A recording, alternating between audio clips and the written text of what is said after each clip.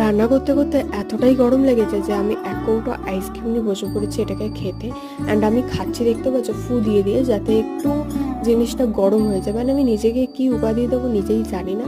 তো এখানে তো ভাত হচ্ছে, ওদিকে চা পাতার জলও ফোটাচ্ছি ভালো করে, কারণ আমার বয়ফ্রেন্ড আবার হেনা করতে আসবে। মা আবার এক বাটি হচ্ছে কি যে আচার করে রেখেছে, অ্যান্ড উনি হেনা করে চলে গেছে। বাট দেখতে পাচ্ছ 3:40 বাজে, আমি এখনও স্নানে যেতে পারিনি। তো আমাদের কালকে রাত 2টো থেকে কারেন্ট ছিল না, যার জন্য আমি পাম্পও চালাতে পারছিলাম না। তো দেন খেয়ে দিয়ে দুজনে আবার সন্ধেবেলা বেরিয়েছি হচ্ছে ঘুরতে। অ্যান্ড এই জায়গাটা 5 বছর আগে আমরা ডেলি আসতাম, ডেলি। বাট এখন দুজনে এতটাই ব্যস্ত হয়ে গেছি কাজের চাপে, অনেক দিন পর এখানটায় এসে সত্যি খুব ভালো লাগছিল।